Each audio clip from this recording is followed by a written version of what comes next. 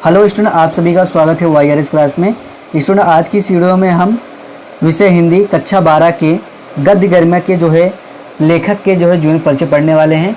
सबसे पहले हम ये जान लेते हैं कि हमारे जो किताब है कक्षा 12 का, उसमें कितने लेखक का नाम दिया गया है। तो सबसे पहला जो हमारा पाठ है वो है वासुदेव शरण अग्रवाल, दूसरा है जैनेन्द्र कुमार, तीसरा है कन्हैयालाल मिश्र प्रभाकर, और चौथा है डॉक्टर हजारी प्रसाद द्विवेदी, और पांचवा है पंडित दीनदयाल उपाध्याय, और छठे नंबर पर है प्रोजी सुंदर रेड्डी, और सातवां है हरिशंकर परसाई, और आठवां है डॉक्टर एपीजे अब्दुल कलाम। जी हाँ स्टूडेंट, यानी हमारी किताब में गद्य गरिमा की किताब में हमारे हिंदी के 8 लेखक का नाम यानी जिक्र किया गया है। इन्हीं 8 हमें जीवन परिचय पढ़ना है अच्छे से। तो आज की इस वीडियो में मैं आपको जो जीवन परिचय बताने वाला हूँ वो बताने वाला हूँ वासुदेव शरण अग्रवाल। तो आइए शुरू करते हैं। तो स्टूडेंट, ये है हमारा जीवन परिचय वासुदेव शरण अग्रवाल। जी हाँ स्टूडेंट, आपको जब आपको लिखना है तो सबसे पहले इसी तरीके जैसे मैं यहाँ पर आपको बताऊँगा, जिसे लिखा हूँ उसी तरह से आप याद कर लीजिएगा। सबसे पहले लेखक का नाम लिखिएगा। तो पहला हम याद करेंगे वासुदेव शरण अग्रवाल। तो सबसे पहले लेखक का नाम इस तरह से आपको अच्छे से लिख लेना है। उसके बाद हमें हेडिंग डालना है वो डालना है साहित्यिक परिचय। यहाँ पे बहुत सारे स्टूडेंट गलती करते हैं, वो डालते हैं क्या, जीवन परिचय।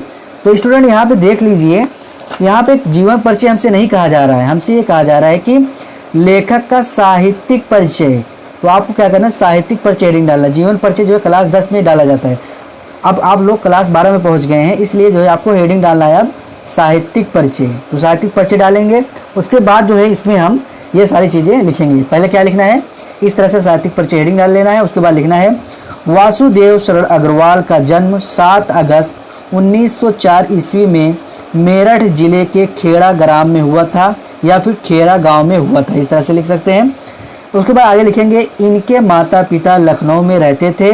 इन्होंने बनारस हिंदू विश्वविद्यालय से बीए तथा लखनऊ विश्वविद्यालय से एमए की परीक्षा उत्तीर्ण की। तो उसके बाद आगे लिखेंगे इनकी रुचि वास्तव में अध्ययन और पुरातत्व में थी, और लखनऊ विश्वविद्यालय से ही पीएचडी की उपाधि प्राप्त की। उसके बाद हम आगे लिखेंगे बाद में इन्होंने डी.लिट भी लखनऊ विश्वविद्यालय से किया। बनारस हिंदू विश्वविद्यालय के पुरातत्व एवं प्राचीन इतिहास विभाग के वे अध्यक्ष एवं आचार्य रहे।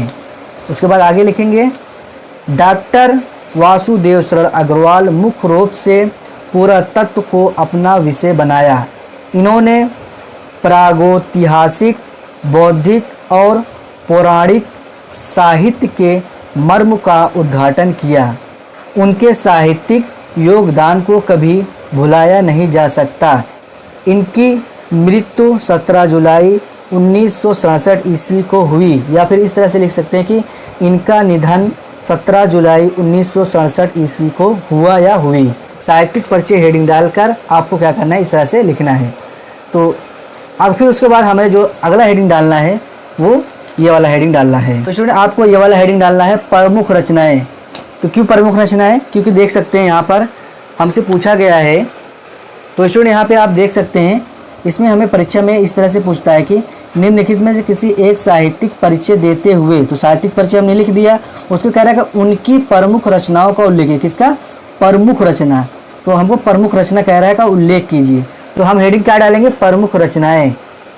आपको ध्यान रखना है जो पूछा गया है वही हमें लिखना है, इसके अलावा हमें कुछ नहीं लिखना है। यहाँ पे हेडिंग डालेंगे प्रमुख रचनाएं, इस तरह से आपको हेडिंग डाल देना है। उसके बाद आपको इसमें लिखना है क्या, इस तरह से लिखना है वासुदेव शरण अग्रवाल ने निबंध रचना, शोधन और संपादन के क्षेत्र में महत्वपूर्ण कार्य किए। इनकी प्रमुख रचनाएं निम्नलिखित हैं। तो क्या है, इनकी प्रमुख रचनाएं निम्नलिखित हैं। तो यहाँ पर आपको रचना इनकी महत्वपूर्ण रचनाएं हैं, तो आपको 4-5 लिख देना है। जैसे यहाँ पे मैंने लिखा है पृथ्वी पुत्र, भारत की एकता, कल्प वृक्ष, माता भूमि, वाग्धारा, कला और संस्कृति आदि। इस तरह से आपको रचना लिख देना है। उसके बाद आगे थोड़ा सा और लिख देना है इस तरह से वासुदेव शरण अग्रवाल की भाषा शुद्ध व परिष्कृत खड़ी बोली है। इनके निबंधों में हमें विचारात्मक, गवेषणात्मक, व्याख्यात्मक, भावात्मक तथा सूक्ति कथन शैलियों के दर्शन होते हैं। तो स्टूडेंट, ये हो गया हमारा पूरा जीवन परिचय। अगर जिस तरह से अभी हमने बताया, अगर आप इस तरह से पूरा लिख लेंगे तो आपको 4 नंबर मिल जाएगा। बस आपको ध्यान रखना है कि परीक्षा में हमें क्या पूछा जा रहा है और कैसे लिखना है। तो सेम इसी तरीके से हर साल पूछा जाता है, इसमें कोई परिवर्तन नहीं होता, सेम इसी तरीके से दिया रहेगा। बस यही रहेगा कि जो मैंने शुरू में बताया 8 लेखक हैं, तो 8 लेखक में 3 जो है हमें कोई सा भी 3 दे देगा और कहेगा कि लेखक का साहित्यिक परिचय और प्रमुख रचनाओं का उल्लेख कीजिए। बस आपको यही ध्यान रखना है कि हेडिंग डालना है क्या, साहित्यिक परिचय। तो अभी जो हमने बताया लिख कर यहाँ पर पूरा इस तरह से आपको पूरा याद कर लेना है। उसके बाद जो दूसरा हेडिंग डालना है वो डालना है प्रमुख रचनाएं। पर दूसरे हेडिंग डालने के बाद इस तरह से आपको पूरा अच्छे से लिख देना है। तो आपको जो है अच्छे से पूरा 4 नंबर मिल जाएगा अगर अच्छे राइटिंग में लिखेंगे तो। उम्मीद करता हूँ वीडियो पसंद आया होगा। वीडियो पसंद आया वीडियो को लाइक कर दें, सब्सक्राइब कर दें। कोई भी सवाल हो तो पूछना है तो कमेंट करके ज़रूर पूछें। हम अगला जो जीवन परिचय पढ़ेंगे वो पढ़ेंगे जैनेन्द्र कुमार का।